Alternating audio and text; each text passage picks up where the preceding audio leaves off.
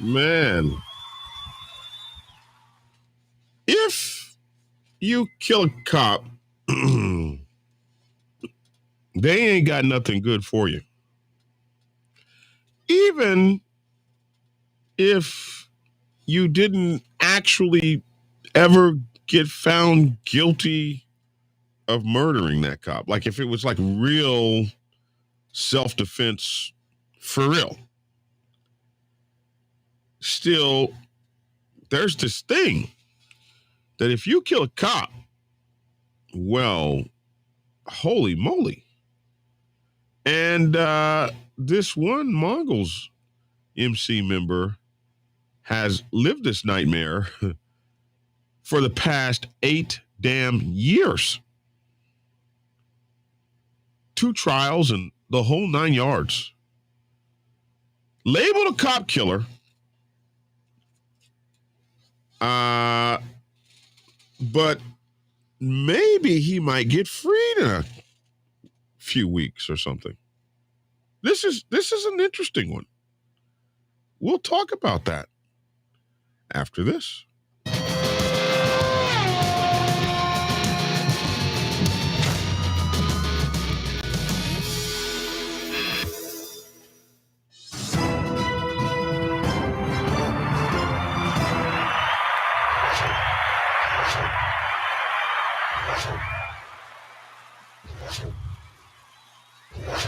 Is it wrong to swoosh more than once? I mean, the first time I ever heard the swoosh was in the wide world of sports, that ABC. You guys are too young for that, to taste the thrill of victory and the agony of defeat.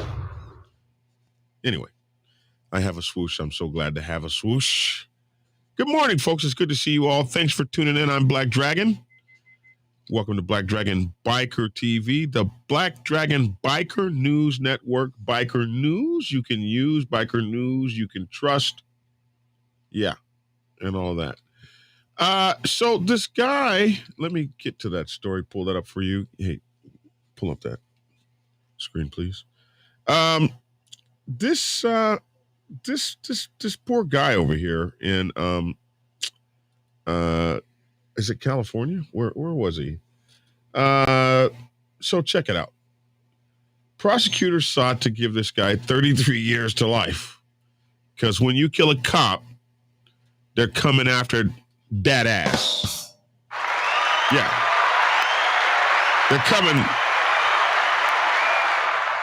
They're coming for you, baby, with everything they got.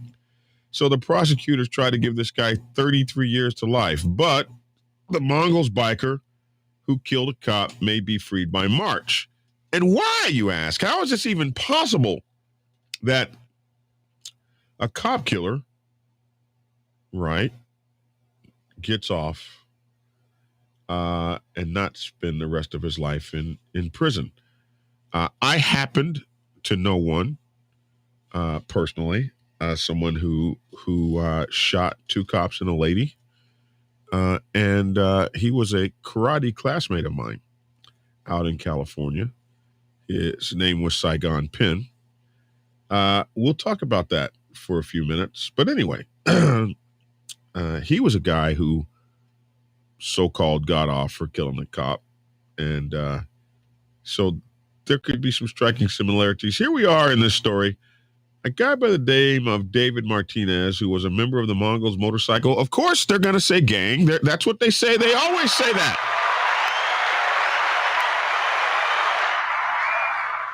Especially when they're talking about the mighty Mongols Motorcycle Club Nation.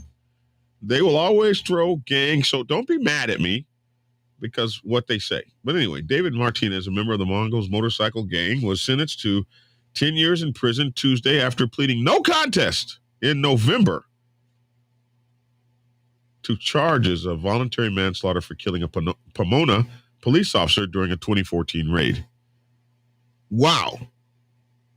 No contest to voluntary manslaughter. That's a far cry from murder. Martinez has already been tried twice for that same killing. And his lawyers were hoping he could be immediately freed, since he has spent more than 8 years behind bars. Is that crazy? Did they? I'd love to know the details.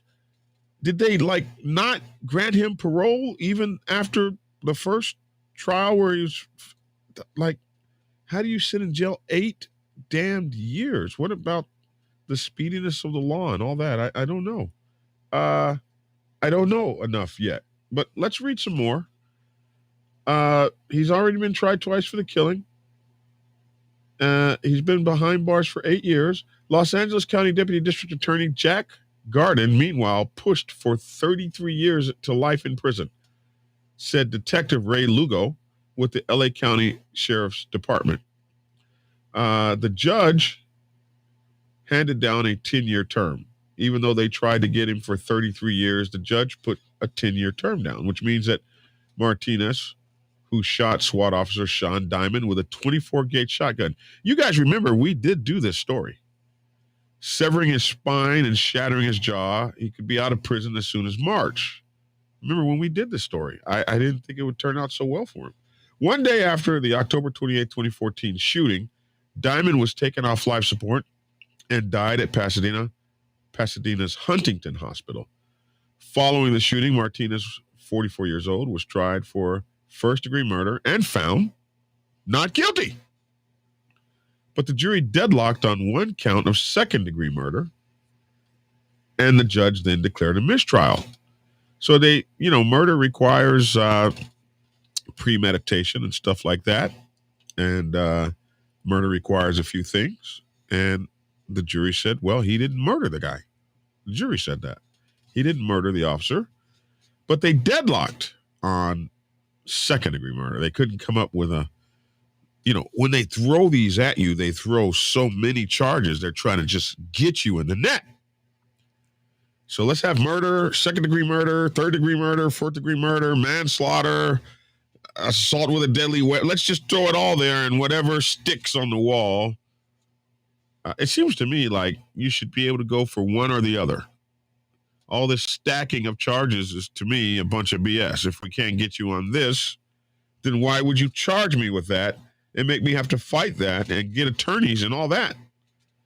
That's the way they do in our system, and that's why they have like a 99% conviction rate. If they can't get you for one thing, they'll get you for another. So that's what this guy was looking at. So the judge had to declare a mistrial. In a second trial, now the trial for the second-degree murder, because he was found not guilty of the first-degree murder. In the second trial, the jurors found him not guilty of second-degree murder. So you would have thought he would have went to trial now for second-degree murder, but no, they stack it. So now the top charge is second-degree murder. So let's have manslaughter and these other things. So they found him not guilty of the second-degree murder, but they deadlocked on two lesser charges of voluntary manslaughter and assault with a firearm on a police officer. I mean, they were throwing the whole stack of wood at his ass. Anyway, although Martinez pleaded no contest to the lesser charges, so finally, and a lot of times you say, well, these guys are guilty. He pled guilty. But you plead guilty a lot of times because you want to have a life, right? 8 years of this nonsense. 8 years. Charge after charge after charge after charge after charge. So someone says, well, look, bro, you've already been in prison for 8 years. Why don't you go on ahead and take the plea? Or take the, why don't you go ahead and plead no contest? You're not pleading guilty, but hey, they're gonna bring you back and back and back and back, and obviously they ain't giving a bro no kind of bail or something, I would assume. And you're just sitting here dying. They ain't fixing to let you go. So you got to plead to something. Isn't that sad that that's how that probably went down? I don't know for sure, but some of you guys know better than I do. So he finally pleaded no contest to the lesser charges in November. This past November, it wasn't too long ago, a few weeks ago. He maintained that he did not know it was the police entering his family home in San Gabriel when he fired the shotgun. All of this no-knock warrants and all that old kind of stuff folks be doing, kicking in your door like it's okay. Like, hey, bro, we ready for bear up in here. Kick that MF down if you want to. Kick it on down. See what happens. I don't know that that's what happened in this case. Actually, they said they knocked first, but anyway. Let's see. Although Martinez pleaded no contest to the lesser charges in November, he maintained that he did not know it was a police entering his family home in San Gabriel when he fired his shotgun. Diamond was among several police officers serving a search warrant. After knocking, they said they knocked, they used a tool to force open the door. Martinez claimed to have shot the officers. This is a weird twist, believing that the officer was one of his fellow Mongol brothers breaking into his home. He thought the Mongols were coming to get him. And so he was ready for bear and unloaded, thinking that one of his club brothers was coming, or maybe a group of his club brothers were coming for him. And there's a reason why. They'll cover it in here. A lawyer for Martinez said at his most recent trial that his client had wanted to quit. They say the gang. We say quit the club. He wanted to quit the club. And in the old days where I come from, it used to be, just so you guys, some context here. In the old days, because it ain't like that now, it used to be that once you joined a major, there was no quitting. You're in. That bro, you wanted it, you asked for it, you got it. Toyota, you're in. And there was none of this switching club to club, and I'll be in this diamond today and that diamond tomorrow, and that happened on far rarer occasions. I only knew it to only happen a couple times back in the early days. I've been at this thing 32, 33 years now. So it doesn't seem surprising to me, coming from a major club, that he would have thought, oh, I tried to leave the club and they didn't like it, and now they're coming to get me. That doesn't seem beyond the realm of possibilities. So he said he had wanted to quit the club. They say the gang, what they do is take my thing here. Whoa, what happened? That whole thing just disappeared. He said he had, my goodness, the whole thing. Oh yeah, here it goes. He wanted to quit the club and therefore feared members of the Mongols had come on the night of the raid to come get him. Prosecutors, however, they countered that Martinez has kept his tattoos and continues to communicate with the gang. Well, we say club. So they're trying to say it's a lie. He didn't try to quit because he still got his tattoos and everything. Well, that was their argument.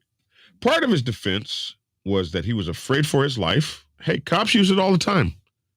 I shot that guy with no weapons in his hands because I thought his phone, Armadillo Diallo, I thought his pager was a gun, and I shot him 45 times because I was afraid for my life.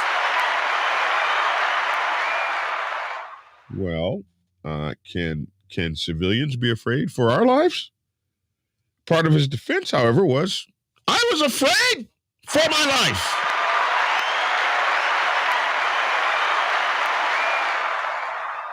He thought the Mongols were coming, but he gets tons of calls from the Mongols, Detective Lugo told the Times. Yeah, well, it's okay if they've patched things up. He expressed his dissatisfaction with the length or lack thereof of Martinez's prison term. That he didn't like that 10 years only kind of thing. He was mad. He said the guy said he was afraid for his life, but yet he still gets tons of calls from the Mongols. So maybe he wasn't afraid for his life at all. Of course, they wanted to cast shade on it, but the jury found him not guilty of murder and found him not guilty of second-degree manslaughter. Anyway, the 10-year sentence means that Martinez could be released in the weeks to come. By March, he will have served 85% of his sentence, the statutory minimum for violent crimes in California. So they're going to be pushing that he stay in there forever or for the rest of the 10 years. But 85% of his sentence has been served, and he could be that, this is kind of like one of those compromise sentences. Okay, we'll plead guilty. Let us go. Let us live our life. At Tuesday's sentencing, Lugo cast doubt on the impartiality of the forepersons. This is the same thing they did, you guys will remember, in the O.J. Simpson trial. Jury nullification. The jurors were not intelligent. They weren't smart enough to make a decision. Not the fact that the glove didn't fit, so you must acquit, but that they were just too damn stupid. Because, the folks didn't like OJ, and they didn't like the jury. But they always do that when they start to lose, is they start to, hey, the jury's just so dumb. They couldn't see that the guy was murdered. Here, they at Tuesday sentencing, Detective Lugo cast doubt on the impartiality of the forepersons. He said the jury forepersons, he cast a doubt on their impartiality for Martinez murder trials. The foreperson in the first jury went with a fellow juror to visit Martinez's family. He went to their family home to have coffee with Martinez's mother a couple of days after the trial, Lugo said. He brought that up. And the Times reviewed a recorded phone call made after the conclusion of the first trial in which a woman can be heard advising Martinez on his legal situation, and the two sign off by saying they love each other. And you got to know, every time you make a phone call in jail, somebody's listening, because that's what they do. The foreperson for the second trial's jury was planning on writing a script for a movie about the trial, Lugo added. So that casts a doubt on that person's impartiality because they're going to write a movie? Wow. The Mongols, a notorious motorcycle. Okay, so here we go. So they'll have some stuff here for you in the end of the thing. They'll have some stuff for you always. And so this is the end of the story. That he got 10 years. He may be out after serving 85%. His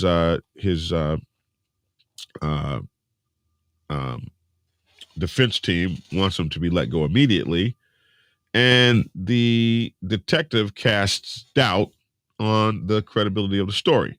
So that's the story. Now, but in the end, they always want to add the salacious stuff. The Mongols, a notorious motorcycle gang, formed in Montebello in the 1970s, reportedly began with a group of Latino men who had been denied membership in the Hells Angels. Was the whole notorious motorcycle gang thing necessary?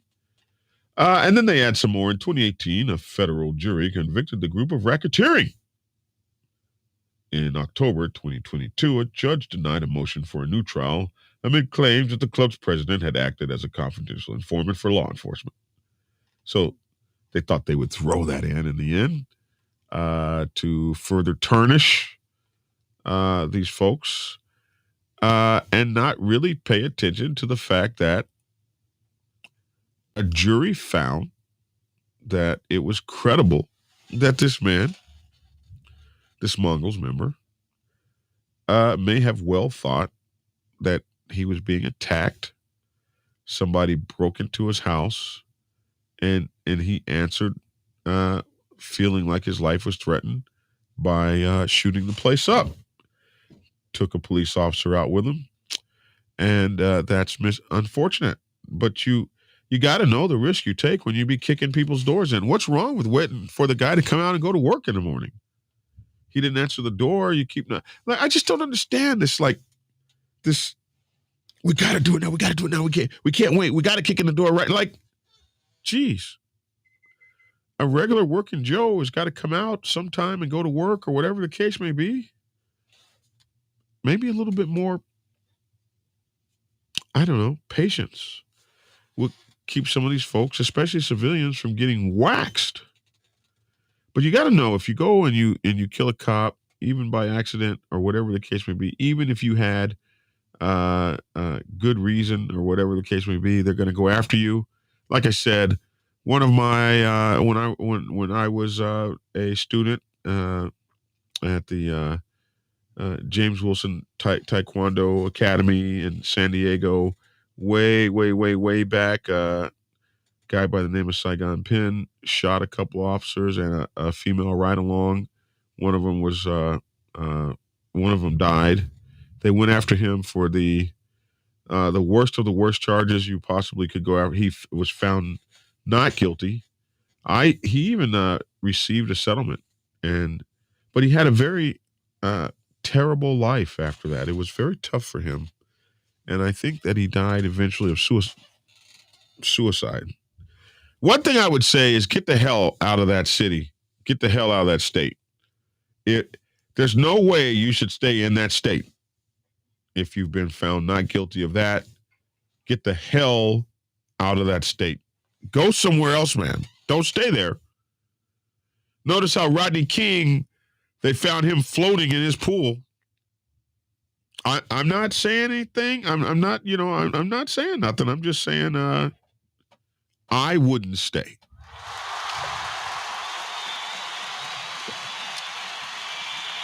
I wouldn't. Anyway, that's my 2 cents. Love to hear your 2 cents in the comment section below. Tell me what you think about this story and how you guys are doing in general. Just let me know how everything is going. Make sure to check into my channel, what is it? It's called? It's called MC Protocol 101. That's my new channel, where all we do is, this is a channel dedicated to new people. So you got new people coming into the club, whatever. Make sure to send them over to my channel.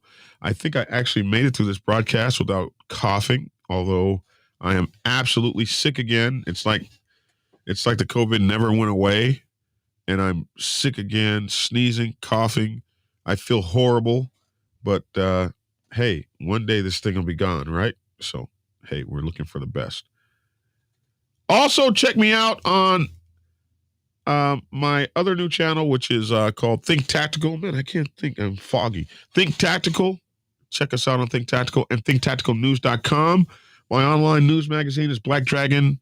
What is it? It's BikerLiberty.com. Oh, this is bad.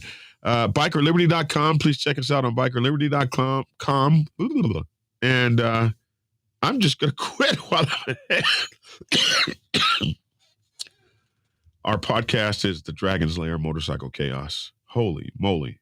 I'm out of here, y'all. I ain't doing good. Let's see. Somebody said the vaccine broke down your immune system, brother. Well, something obviously broke it down, bro. Hey, you know what? Just saying that right there could get this whole broadcast demonetized. They demonetized something that I said, a video I did almost a year ago, actually back in 2021. They just demonetized it because of one statement that I made, and I was telling a joke. These thought police folks are real, man. Don't screw with them, or they'll take your whole channel down. It's sad that we're allowing this to happen in America, but it's true. All right. That's my 2 cents. Thanks for the prayers, Duke Rose. I'm Black Dragon. Thanks for tuning in and get skinny. You can hear I'm getting all congested, so I'm out of here so I can blow my nose. Love y'all. Take care. Peace and motor grease. Thanks for tuning in and get skinny. Hey, subscribers. Whenever you are in Macon, Georgia, you have to get over to my Motorcycle Club Brothers Cigar Lounge. Haley's Cigar Lounge on Ingleside Avenue has a night or several nights just right for you. Monday night football kicks off the week. Wednesday is whiskey night. Thursday, ladies' night. Saturdays are make your night. And wrapping up the weekend, it's Sunday football. Haley's is closed on Tuesdays. Enjoy the friendly atmosphere at Haley's. Hang out at the bar or outside on the patio. They can also host your small events. Haley's Cigar Lounge, 2308 Ingleside Avenue in Macon, Georgia. Be sure to tell them Black Dragon sent you.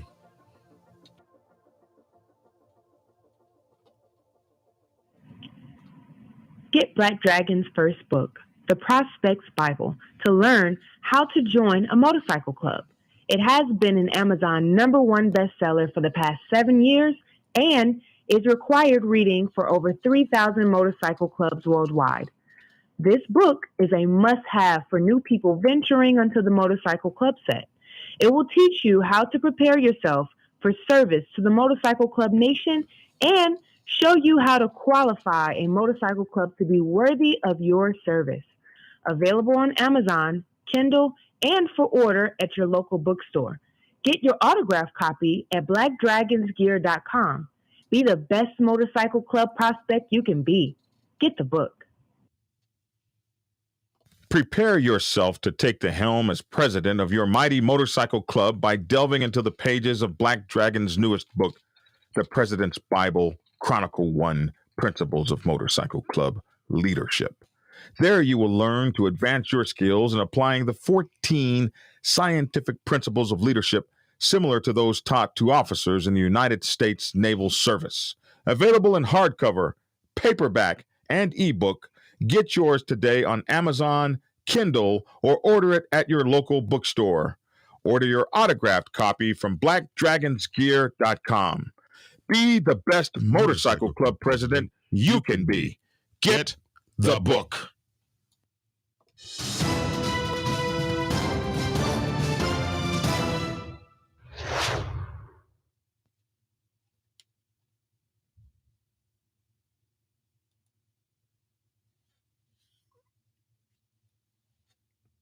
Nothing tops your club. Nothing tops your club. Nothing tops your club.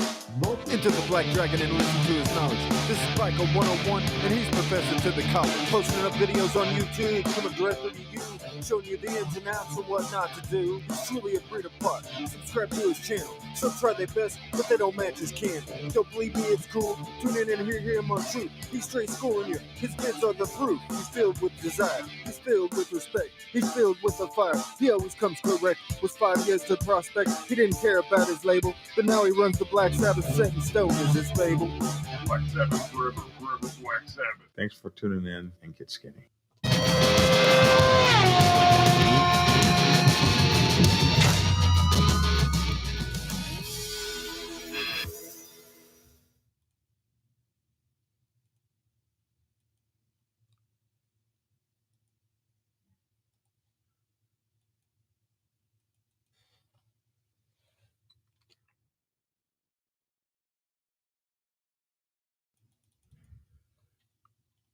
Wow, my stream is stuck.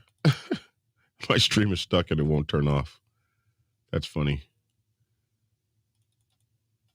Wow.